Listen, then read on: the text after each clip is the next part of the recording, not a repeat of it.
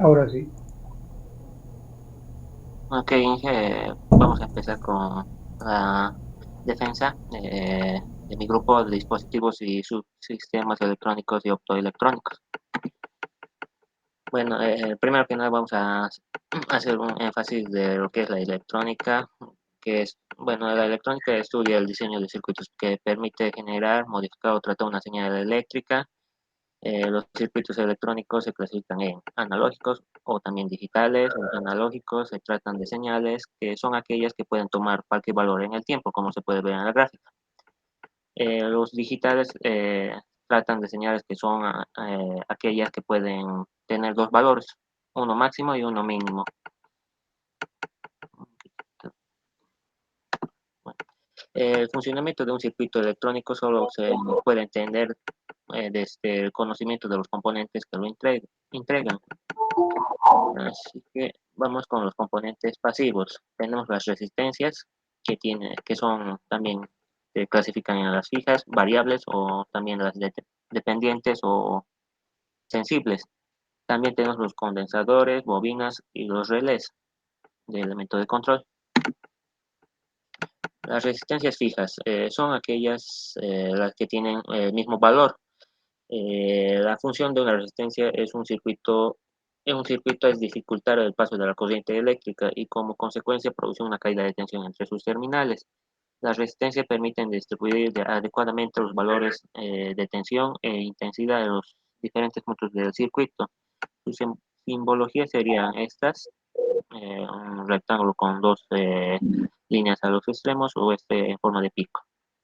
Los parámetros o valores característicos, su valor ómnico que mide el grado de oposición al paso de la corriente, la tolerancia indica los valores máximos y mínimos entre los cuales están comprendidos su valor real, la potencia disipada que indica la potencia máxima a la que es capaz de trabajar sin que se produzca un sobrecalentamiento y se estropee. En las resistencias tenemos los códigos de colores. El valor de las resistencias y su tolerancia se indican mediante un código de color, formando por cuatro anillos de colores estampados en la superficie, como se puede ver aquí en la imagen. Los dos primeros anillos representan la primera y la segunda cifra del valor ómnico. El tercer anillo nos da el factor por el cual debe multiplicar lo anterior. Y el último anillo, que se encuentra un poco más alejado, nos da una tolerancia en tanto por ciento. En este caso de este ejemplo sería 200K más menos de 10%. La aplicación común sería el divisor de tensión. Este es un circuito formado por resistencias conectadas en serie que nos permite obtener tensión de salida distintas a la entrada en una proporción deseada. Como aquí se puede ver, tenemos que hallar el voltaje de salida. Este sería nuestro circuito, que sería la tensión en la salida. El primer paso que vamos a aplicar es la segunda ley de Kirchhoff. Eh, tenemos bueno, aquí despejamos de la ecuación, la corriente, y luego el segundo paso sería la ley de Ohm, en la cual reemplazamos el valor, la corriente obtenida en esta otra ecuación. Y bueno, el valor de salida depende del valor de las resistencias. Las resistencias variables o potenciómetros, las resistencias variables son las que tienen la capacidad de variar o modificar su valor ómnico dentro de los límites. Se basan en una resistencia sobre la que se desliza un contador móvil que según la posición que ocupa puede tomar valores entre cero y R ohmios. Su simbología sería esta, dispone de tres terminales o patillas, el central es el cursor y los extremos se alteran de forma que uno presenta un valor y el otro será el mínimo con respecto al al terminal central. Su valor suele estar impreso en la cáscara del componente. Su conexión sería, el medio sería el cursor, entre el medio y este extremo sería la patilla, sería 3K, suponiendo que nuestra resistencia sería de 10K, su valor máximo. Conectando del medio a este otro extremo, tenemos un valor que obtiene de 7K aproximadamente. Normalmente solo se conecta el cursor y uno de los terminales, quedando el otro sin conectar. Entre estas pastillas o patillas, la resistencia es el máximo de 10K. Las resistencias dependientes o sensibles son resistencias no lineales, no siguen la ley de Ohm, son construidas con materiales semiconductores. Su valor depende de la variación de magnitudes físicas como la intensidad de la luz, la temperatura o el voltaje. Primero vamos a hablar de las dependientes de temperatura, que serían los termistores NTC. Su resistencia desciende a medida que aumenta la temperatura. Esta sería su simbología. Y bueno, el PTC, que sería su simbología esta, la que tiene la aplicación en el control, compensación, regulación y la medida de la temperatura. En las dependientes a la luz, que serían los fotoresistencias, el LDR, el valor de la resistencia cambia con la capacidad o con la cantidad de luz que recibe. A más luz, menos resistencia. Sería esta su simbología, y esto se utiliza en dispositivos de control relacionados con la luz, como células fotoeléctricas, fotómetros o detectores de alarma. En tercero tenemos las dependientes de tensión, los varistores. El BDR, el valor de la resistencia cambia con la tensión en sus extremos. A mayor tensión, menos resistencia. Su simbología sería esta. Esto se utiliza en estabilizadores de tensión, también como protección contra sobretensiones. Bueno, ahora como otro componente pasivo tendremos los condensadores. El condensador es un componente formado por dos placas metálicas paralelas entre sí y por un aislante. Son capaces de almacenar y descargas energías eléctricas. Su simbología sería esta, que sería la no polarizada. Y bueno, tenemos también el otro que es el electrolítico, que tiene polaridad. Al aplicar una tensión en los terminales del condensador se produce su carga y una vez cargado se comporta como si fuese un interruptor abierto. Sus parámetros fundamentales, que sería la capacidad y la tensión. La capacidad indica la cantidad de carga que puede almacenar el condensador. Esta sería su fórmula para calcularla. Su tensión indica la tensión máxima que soporta un condensador sin que destruya el dieléctrico. Ahora, aquí tenemos la carga y descarga de un condensador. Al someter una tensión a un condensador descargado, este se carga hasta una tensión aproximadamente igual a la del generador. Como se puede ver aquí en la gráfica, tenemos un switch, un conmutador, una resistencia y nuestro capacitor. Nuestra constante de tiempo es el producto de la capacidad del condensador por el valor de la resistencia a través de la cual se carga o se descarga. El tiempo de carga o descarga se considera que un condensador se carga o descarga completamente para 5 por la constante de tiempo, que sería el 99,3%. Esta está expresada en segundos para la resistencia en ohmios y la capacidad en frecuencia en hertz. Para, aquí estaría una gráfica donde está la carga en voltajes sobre el tiempo y las descargas. Esta sería nuestra ecuación de carga o descarga, donde BF sería nuestra tensión final y BI la tensión inicial. Bueno, empezamos con las bobinas. Las bobinas se utilizan en todos los receptores y dispositivos donde es necesario producir un campo magnético, como serían los electroimanes, los relés, motores, transformadores, filtros, bueno, etcétera. Esta sería su simbología. Su comportamiento eléctrico depende del tipo de corriente al que se conecta. La corriente continua o CC, la corriente será muy elevada, ya que su resistencia suele ser muy baja. La corriente alterna cuando una bobina es recorrida por una corriente eléctrica variable, se crea un campo magnético también variable. Los parámetros fundamentales serían el coeficiente de autoinducción L, que se mide en Henry. Su valor depende del número de espiras, de la sección, la longitud y el coeficiente de permeabilidad magnética del núcleo. La frecuencia de trabajo, que se expresa en hercios. Aquí serían nuestros relés. Un relé es un dispositivo electromagnético que sirve para controlar o gobernar un circuito eléctrico. Dispone de dos circuitos. Esta sería la gráfica de un relé, como sería nuestro relé. La primera sería nuestro circuito de maniobra.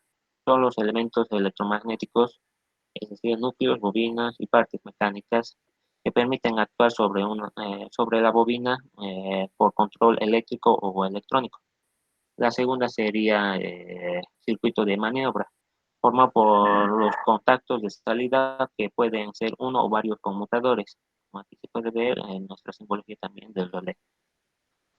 Y bueno, un relé permite el mando y control de un circuito externo, que sería una potencia, por lo general con una intensidad de corriente elevada e incluso de diferente naturaleza, es decir, sea desde el circuito donde se encuentra la bobina del electroimán, que sería la maniobra, con una débil intensidad de corriente.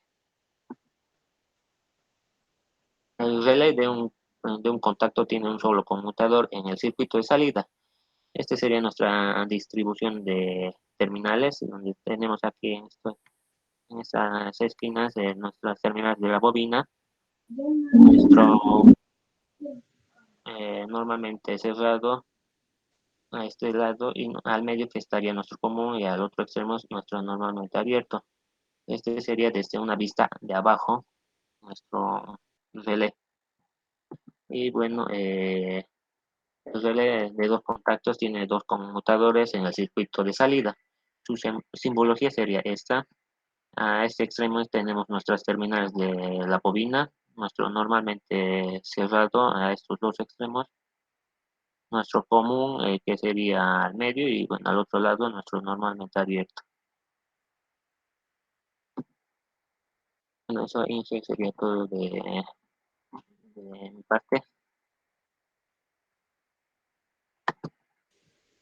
Ya, ok. Después van a venir las preguntas. A ver, luego, ¿quién bien? Yo, ingeniero. Ahora,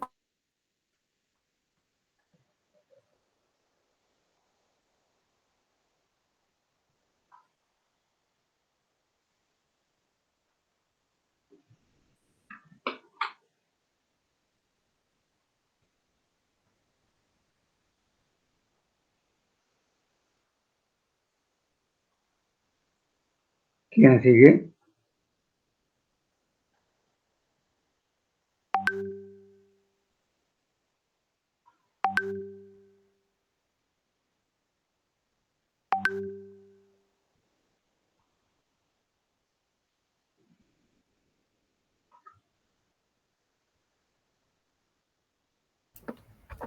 ¿se escucha, ingeniero? ¿Se ve la pantalla? A ver. Sí, podemos ver y escuchar. Ok. Buenas tardes, ingeniero. Buenas tardes, compañero. Yo voy a continuar con el tema, ahora hablando, haciendo énfasis en los dispositivos semiconductores y optoelectrónicos. Bien. Entonces, para los dispositivos semiconductores empezaremos viendo por los diodos, ¿no? Mencionando algunos de los tipos de diodos que hay. Pues primero, tenemos los diodos rectificadores, ¿no? Los más comunes. Que este diodo es un componente electrónico que no solo nos permite el paso, o el diodo en general, nos permite el paso de la corriente eléctrica en un único sentido. Eh, este Este diodo rectificador tiene las características de que puede rectificar ya sea media onda o puede rectificar onda completa. Generalmente son de silicio, aunque existen de otros materiales semiconductores como el germanio. Y ya sea por las características de alimentación, estos diodos también pueden ser monofásicos o trifásicos. Hoy vemos la curva característica de un diodo. Como en polarización directa, consume 0.2 voltios y es de germanio, aproximadamente 0.6 de silicio. Por el otro lado tenemos el voltaje de ruptura de un diodo. Después tenemos el diodo Zener, ¿no? Un diodo Zener se ha construido especialmente para que funcione en estas zonas de ruptura y aprovechar justamente esas zonas. O sea, a un diodo Zener nosotros le aplicamos una corriente eléctrica de ánodo a cátodo y de ánodo a cátodo. Entonces, va a tomar las características de un diodo rectificador. Ahora, si nosotros lo conectamos de forma inversa, o sea, de cátodo a ánodo, el diodo solo va a dejar pasar una tensión constante, ¿no? Entonces, de esta forma es que este diodo Zener adopta su característica de regulador de tensión. Pueden ver en su curva característica como en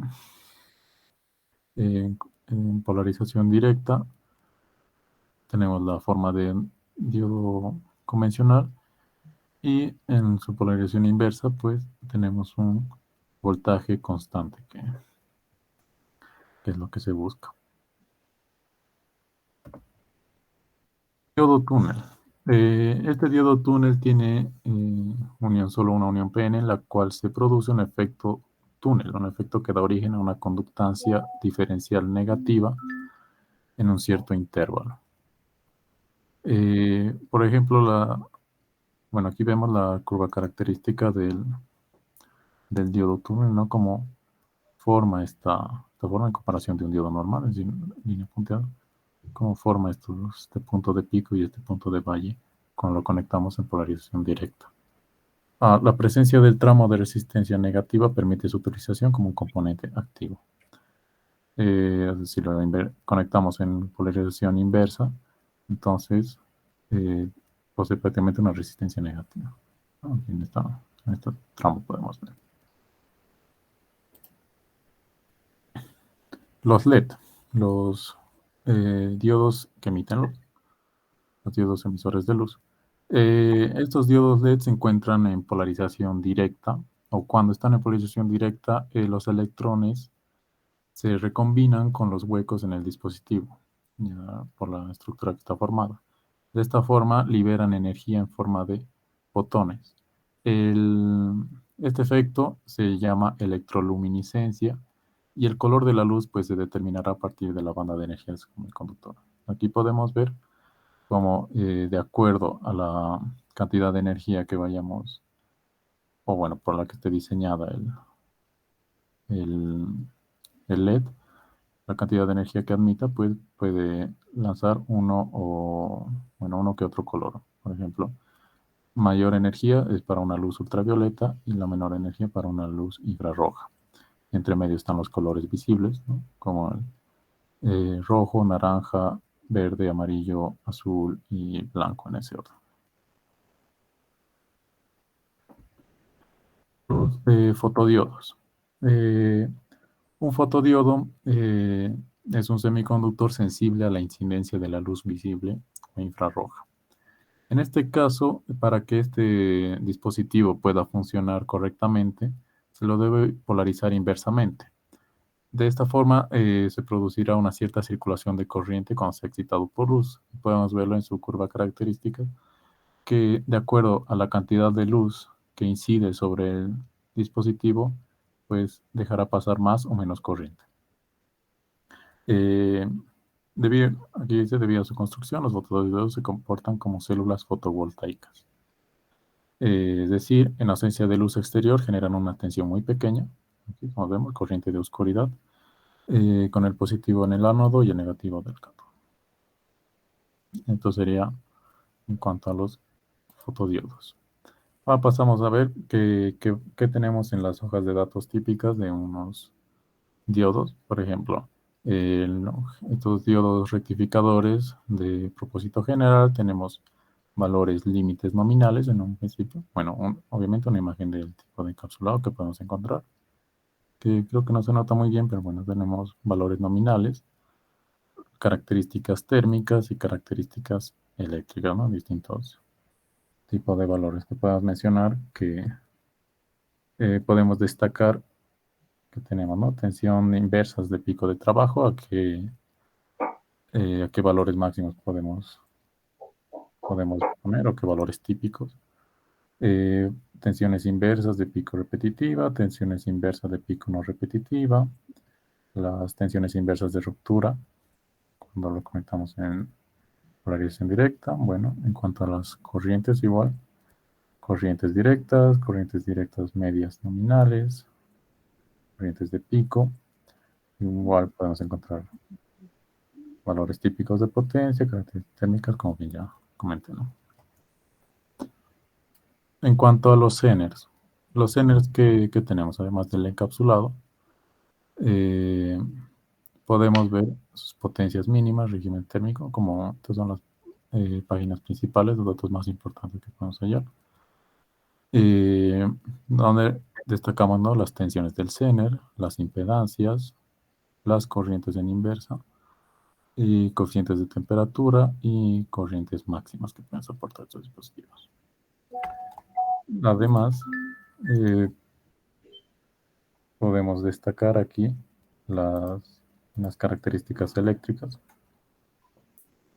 donde algunos Zeners tienen valores mínimos, valores típicos y valores máximos de voltaje, de acuerdo también, ¿no?, con sus corrientes de prueba respectivas. En cuanto a eh, diodos, aquí un ejemplo de un diodo rojo. Como podemos ver, la intensidad de luz, a qué corriente, bueno, cuánta intensidad de luz tenemos, ¿no?, típicamente. Eh, onda, longitud de onda dominante, el pico de la longitud de onda, angle of half intensity, o sea, ángulo de la intensidad media, el voltaje en corriente directa, o sea, en corriente directa, y su corriente en inversa, ¿no?, corriente de ruptura. Aquí unas cuantas características acerca en este caso son de un fotodiodo. Para un fotodiodo, ¿qué características podemos destacar? Igual. Todo esto lo encontramos ahí en su datasheet. Más importantes, corrientes de trabajo, ¿no?, corrientes directas, tensiones y corrientes. Y incluso tiene valores de capacitancia. Es en este caso en específico, que es el de el fotodiodo infrarrojo típico. Pasando ahora con los transistores, pues tenemos transistores BJT, transistores de juntura bipolar, los cuales nos permite controlar el paso de la corriente a través de sus terminales. Ahora, esto de denominación bipolar se debe a que a la conducción tiene lugar gracias al desplazamiento de portadores de dos polaridades, ¿no?, como es debido a la construcción de estos, que pueden ser NPN o PNP.